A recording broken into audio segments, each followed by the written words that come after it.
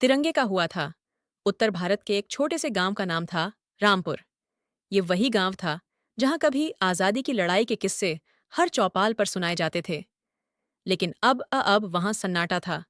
गणतंत्रता दिवस हर साल आता, लेकिन बिना शोर, बिना गीत, बिना गर्व। सरकारी स्कूल का फाटक जंग खाक चुका था। मैदान में उगी घास कमर तक पहुंच चुकी थी। झंडा फहराने वाला खंभा एक तरफ झुक गया था, जैसे खुद ही थक चुका हो। गांव के लोग कहते थे, अब इन सब से क्या होगा? रोटी चाहिए, झंडा नहीं। लेकिन एक इंसान था जो आज भी 26 जनवरी को त्योहार की तरह मनाता था। उसका नाम था राघव प्रसाद। राघव प्रसाद 72 साल के थे। सफेद बाल, झुकी हुई कमर और बायां पैर जो अब ठीक से साथ नहीं देता था।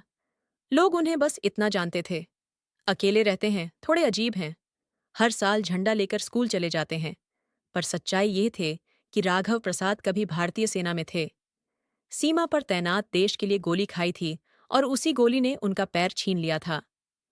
उस सुबह 26 जनवरी की सुबह राघव बहुत जल्दी उठे। उन्होंने अपनी पलंग के नीचे रखा लकड़ी का एक बक्सा निकाला। उसी बक्से में उनकी पुरानी फौजी वर्दी, एक गणतंत्र दिवस का मेडल और एक छोटा सा तिरंगा। उन्होंने तिरंगे को माथे से लगाया। आंखों से आंसू बह निकले।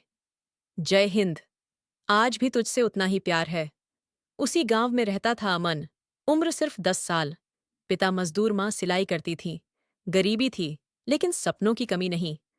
जब अमन स्कूल जा रहा था, उसने देखा राघव दादा तिरंगा लेकर स्कूल की तरफ जा रहे थे।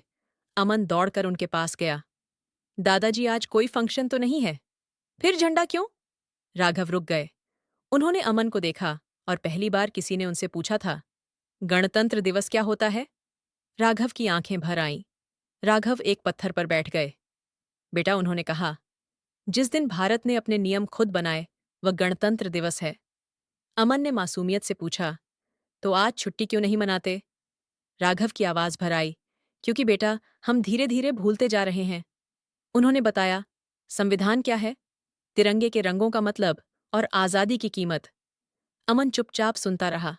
उसकी आंखों में पहली बार देश दिख रहा था। अमन घर आया। उसने अपनी मां से कहा, मां, मुझे झंडा चाहिए। मां ने पुरानी साड़ी से छोटा सा तिरंगा सिल दिया। अमन ने दोस्तों को बुलाया। एक एक करके बच्चे जुड़ते गए। किसी के पास ढोल नहीं था तो किसी के पास माइक, लेकिन दिल में आग थी। 26 जनवरी की सुबह स्कूल के मैदान में पहली बार 20 बच्चे खड़े थे। राघव दादा ने झंडा फहराया, फिर तिरंगा ऊपर गया। राघव रो पड़े। गांव के लोग रुक गए, देखने लगे, और फिर जनगणना मन गूंज उठा। तहसील से अधिकारी आए। उन्होंने राघव की कहानी सुनी। गांव के सामने राघव को सम्मान मिला। अमन को मंच पर बुलाया गया। राघव ने कहा, अगर आज यह बच्चा नहीं पूछता तो शायद मैं आखिरी झंडा अकेले ही फहराता।